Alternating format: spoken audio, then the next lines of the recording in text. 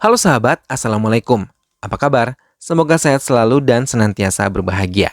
Terima kasih sudah subscribe dan selalu setia menyimak video-video SLMTTV.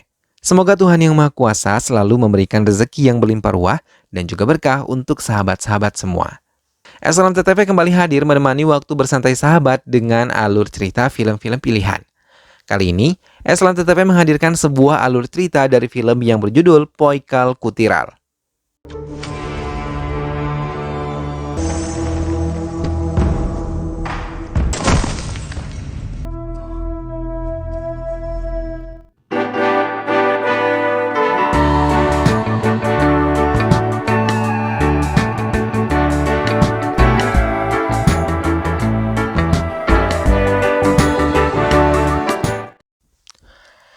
Katirafan digantung oleh beberapa orang dengan penuh luka di tubuhnya. Tak lama dua orang datang dan kembali memukuli Katirafan. Hingga ia mengerang dan tak lama ia dilepaskan dari gantungannya dan dibiarkan tergeletak di lantai. Beberapa bulan sebelumnya, Katirafan menolong seorang anak kecil yang berniat dilecehkan oleh seorang pemuda hingga mereka berkelahi di dalam bus dan semua penumpang bus yang lain meninggalkan bus tersebut. Walaupun hanya memiliki kaki kanan saja, Katirafan mampu menghadapi mereka dengan cepat dan membuat mereka melarikan diri dari bus. Katirafan meminta semua orang tua untuk bisa lebih dalam menjaga anak perempuannya. Katirafan mendatangi kantor pengacara untuk mengambil uang kompensasi dari pengadilan karena ia memenangkan kasus atas kecelakaan yang telah terjadi pada dirinya.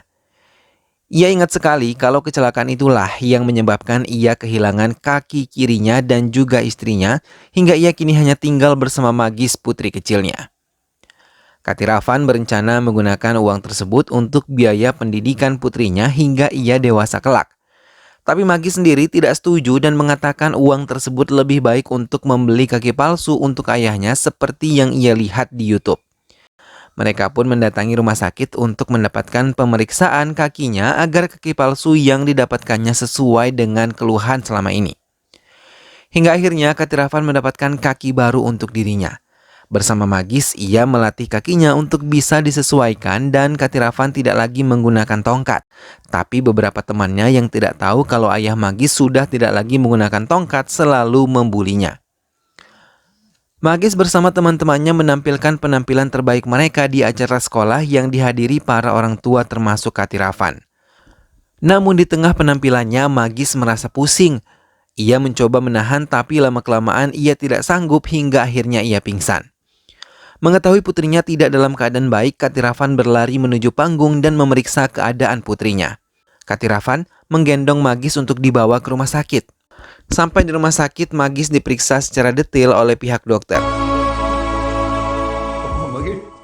Hingga keesokan harinya, dokter mengabari kalau Magis telah dipindahkan ke ruang rawat anak. Mendengar hal itu, Katirafan langsung menemui putrinya. Gauri, istri dari Madan, sudah berada di ruangan itu untuk menemani Magis. Seorang dokter ahli jantung berbicara sendiri pada Katirafan kalau Magis menderita kelainan pada saluran jantung hingga harus dilakukan operasi pemotongan saluran jantung tersebut pada tubuh Magis. Dokter hanya memberi batas waktu setengah bulan untuk bisa menyiapkan dana yang diperlukan untuk operasi Magis. Katirafan yang bingung bagaimana cara mendapatkan uang tersebut hanya bisa terdiam dan menyanggupi permintaan dari dokter. Katirafan mendatangi ayahnya yang dihukum di penjara. Ia menceritakan semua kesulitannya kepada ayahnya. Namun ayahnya yang berada di penjara tidak memiliki uang. Ayah Katirafan memberi saran untuk menculik anak seorang pengusaha besar. Mendengar hal itu, Katirafan sama sekali tidak setuju dan pergi meninggalkan penjara ayahnya. Katirafan terpaksa menjual semua barang-barang yang ada di rumahnya termasuk sepeda milik Magis. Gauri pun memberikan sejumlah perhiasannya untuk membantu Katirafan. Namun semua uang yang dikumpulkan masih belum cukup hingga pihak rumah sakit terus menekan Katirafan untuk secepatnya melunasi tagihan rumah sakit putrinya. Katirafan akhirnya ditemukan oleh pengurus LSM yang bisa membantunya. Ia diantar menuju kantor LSM itu dan Katirafan pun dijelaskan bagaimana caranya untuk bisa mendapatkan bantuan dari LSM. Ia diminta membuat video memelas untuk kesembuhan putrinya. Katirafan ragu karena menganggap ini mengemis, tapi demi magis ia harus melakukannya. Ia membuat video meminta belas kasih kepada warga. Kemudian semua video itu diupload di media sosial dan orang-orang yang melihatnya merasa kasihan dan menyumbangkan uang mereka pada LSM yang menangani Katirafan. Uang yang dihasilkan oleh video Katirafan pun melebihi target dari yang dibutuhkan. Namun kepala LSM itu mengatakan kalau uang tersebut bisa diambil 2 hari lagi. Katirafan pun menurutinya dan mengatakan kepada Gowri tentang pelunasan biaya rumah sakit yang akan segera ia lakukan. Katirafan segera mendatangi kantor LSM itu kembali. Namun ia sangat terkejut ketika mengetahui LSM itu menipunya dan membawa uang sebanyak 40 juta rupiah. Katirafan pun merasa kecewa dan sedih hingga ia memutuskan untuk menemui ayahnya kembali dan menerima tawaran ayahnya untuk menculik anak dari pengusaha besar. Walaupun di penjara, ayah Katirafan selalu mengumpulkan semua artikel tentang Sreya, anak wanita yang akan diculik.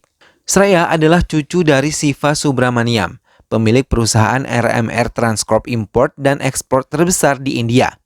Rudra adalah manajer perusahaan sekaligus putri satu-satunya dari Siva Subramaniam. Deva adalah salah satu staf karyawan di perusahaan itu. Namun Rudra dan Deva saling jatuh cinta. Siva Subramaniam sama sekali tidak menyetujui hubungan mereka. Namun mereka melarikan diri dan menikah di tempat lain dan hidup sangat bahagia. Deva memperlakukan Rudra sangat baik hingga ia hamil. Saat kehamilan Rudra, Siva menjemput mereka untuk kembali tinggal di kediaman Siva. Namun Siva tidak begitu saja memaafkan Deva, ia bahkan tetap membenci Deva. Hingga suatu hari, polisi menemukan paket berisi obat-obatan terlarang dan barang haram lainnya, membuat nama perusahaan RMR menjadi rusak dan menurun. Siva yang tidak kuat menanggung itu semua akhirnya bunuh diri. Namun di saat seperti itu, Deva malah meninggalkannya dan berniat untuk membawa Sreya ikut serta bersamanya. Rudra menolak dan mengatakan Deva bisa meninggalkan tempatnya tapi tidak diizinkan membawa putri mereka. Hingga Rudra pun akhirnya bangkit dan kembali menyusun semangatnya untuk memimpin perusahaan. Namun karena perdebatan dan perebutan hak asuh dari Sreya, membuatnya sering mengalami serangan jantung. Untuk memberikan perlindungan khusus pada putrinya, Rudra pun mempekerjakan seorang pengawal pribadi untuk bisa mengawasi putrinya selama 24 jam dalam 7 hari. Katirafan yang mendengarkan semua penjelasan dari ayahnya mulai menyusun rencana untuk bisa menculik Sreya dan lolos dari pantauan pengawal pribadinya. Madan yang juga menyayangi magis memutuskan untuk mengikuti Katirafan untuk menculik Sreya. Mereka pun mengikuti kegiatan Sreya hingga tahu kapan waktu yang tepat untuk menculiknya. Bahkan Katirafan berhasil menyusup ke kantor Rudra dan memasang alat penyadap di kantor Rudra. Katirafan selalu mendengar pembicaraan yang dilakukan Rudra di dalam ruangannya. Bahkan ia pun tahu bagaimana Rudra menderita penyakit jantung dan tergantung pada obat yang diberikan dari dokter. Katirafan memutuskan untuk menculik Sreya di hari Jumat saat Deva menjemputnya. Ia bersama Madan menyusun rencana dan mengacaukan perjalanan Deva menuju sekolah. Dan Katirafan menyamar menjadi pekerja Deva yang dipercaya untuk menjemput Sreya. Namun tanpa diketahui oleh mereka, Ahmed penjaga pribadi Sreya telah mengetahui pergerakan Katirafan yang selalu mengikuti Rudra dan Sreya bahkan menemukan alat penyadap yang terpasang pada meja kerja Rudra. Ia mencurigai kalau Katirafan adalah sindikat penculikan anak. Mendengar hal itu, Rudra dan Ahmed langsung menuju ke sekolah. Katirafan yang ingin menjemput Sreya tidak dengan cepat mendapatkan Sreya. Hingga Madan memberitahu kalau Rudra datang ke sekolah bersama Ahmed. Katirafan terkejut saat Rudra melewati dirinya. Seorang penjaga sekolah mengatakan kalau Sreya tidak berada di kelas. Rudra pun yang mencurigai Katirafan langsung menamparnya. Mereka membawa Katirafan dan menggantung serta menyiksanya. Hingga Rudra menemukan sebuah paket berisi baju Sreya. Katirafan mengatakan ia tidak menculiknya namun ada orang lain yang mendahului dirinya untuk menculik Sreya. Ia mengatakan kalau memang ia berniat menculik Sreya dengan alasan untuk menyelamatkan putrinya yang tengah dirawat di rumah sakit. Rudra pun melihat kejujuran di mata Katirafan dan memutuskan untuk menolong magis.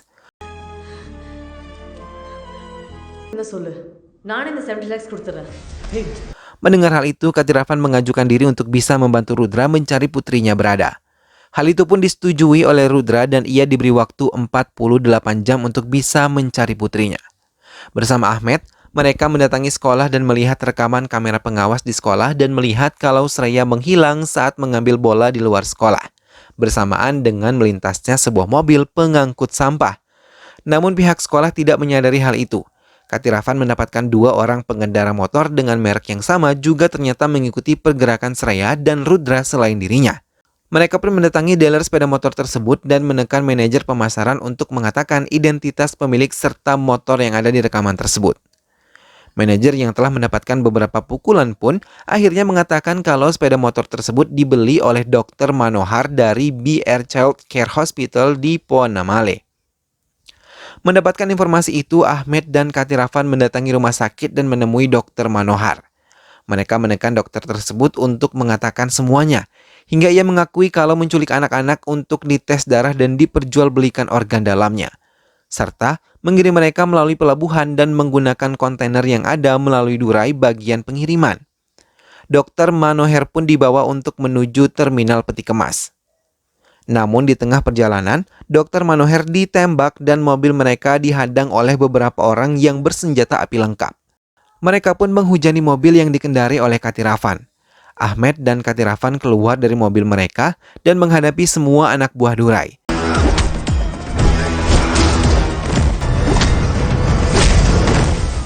Setelah menyelesaikannya, mereka bertemu dengan Durai. Dan saat mereka menekan Durai, tiba-tiba Deva datang dan malah menyerang mati Durai dan ia membela diri, mengalihkan mereka untuk mencari anak-anak di dalam kontainer yang ada di terminal peti kemas tersebut. Mereka pun bersama-sama mulai mencari anak-anak tersebut di setiap kontainer yang ada hingga mereka menemukan satu kontainer yang berisi anak-anak yang telah diculik oleh Dr. Manohar. Mereka pun membebaskannya, namun tidak menemukan Sreya di antara mereka semua. Mereka pun melaporkan pada Rudra tentang semua yang terjadi dan Deva pun membela diri kalau ia panik saat berebut senjata hingga ia menyerang Durai. Kemudian ia meminta maaf kepada Rudra tentang semua yang telah terjadi selama ini. Katirafan yang telah menjalankan tugasnya kembali berniat menemui putrinya yang masih dirawat. Pihak rumah sakit pun mengatakan kalau semua pengobatan Sreya telah dilunasi oleh Rudra. Dengan hati penuh kebahagiaan, ia mendatangi ruangan magis tapi ia tidak menemukannya. Dengan cepat, ia mencari keberadaan putrinya dan bertanya pada semua yang bekerja di rumah sakit, namun mereka tidak melihat keberadaan magis. Hal itu membuat Katirafan marah dan memaki salah satu petugas di sana.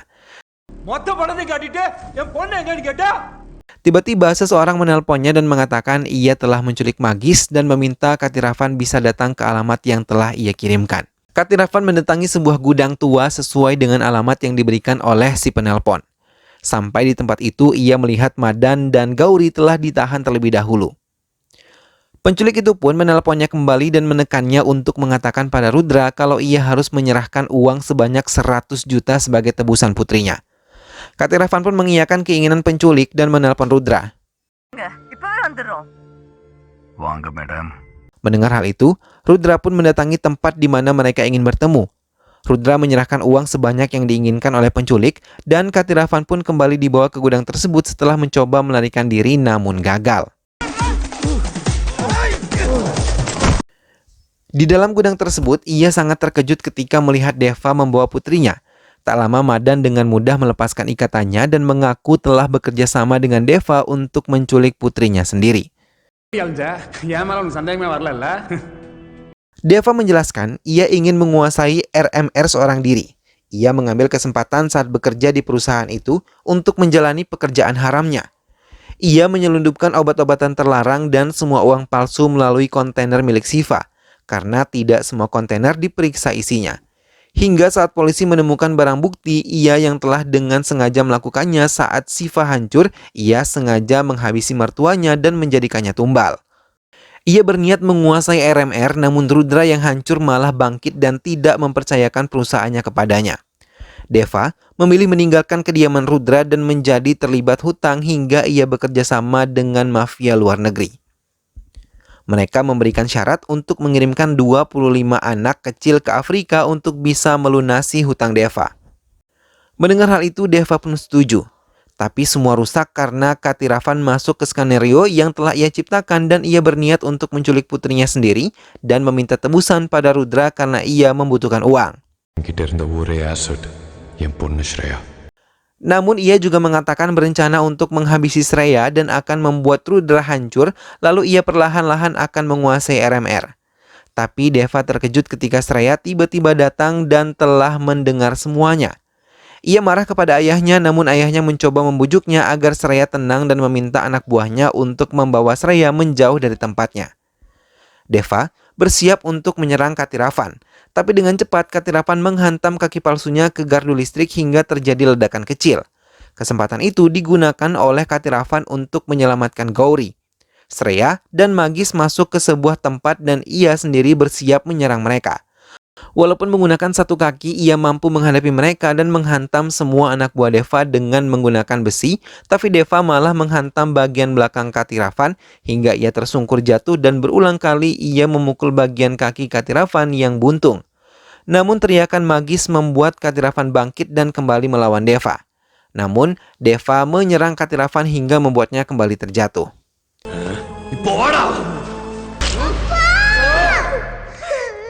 Katiravan tertawa dan mengatakan skenarionya kepada Deva. Ia mengatakan kalau semua yang terjadi di gudang ini telah diketahui oleh Rudra dan Madan hanya berpura-pura untuk menjadi anak buah Deva.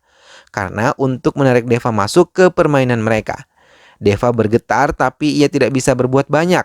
Hingga di saat yang tepat Rudra datang dan mengambil senjata api yang telah disiapkan Katiravan dan menyerangkan satu peluru tepat di kepala Deva. Dan film pun selesai. Nah sahabat, itulah tadi alur cerita dari film yang berjudul Poikal Kutiral. Keserakahan memang kerap kali menjadi pemicu kejahatan. Banyak hal terjadi akibat rasa serakah yang dimiliki orang yang selalu merasa kekurangan. Akibatnya segala hal dilakukan termasuk melakukan kejahatan. Oleh sebab itu, janganlah sampai berlebih-lebihan dalam segala sesuatu, karena di dalam kemubaziran itu terdapat ketidakbaikan yang dapat mencelakakan. Semoga kita semua terhindar dari sifat serakah dan ketidakbaikan perangai orang-orang yang serakah. Mudah-mudahan sahabat semua terhibur setelah menyimak alur cerita film ini. Sampai jumpa kembali di alur cerita film selanjutnya. Terima kasih sudah menyimak video ini sampai akhir dan juga jangan lupa untuk selalu dukung SLMT TV dengan cara klik like, comment, share, dan juga subscribe. Sampai ketemu lagi sahabat, sehat selalu dan wassalamualaikum.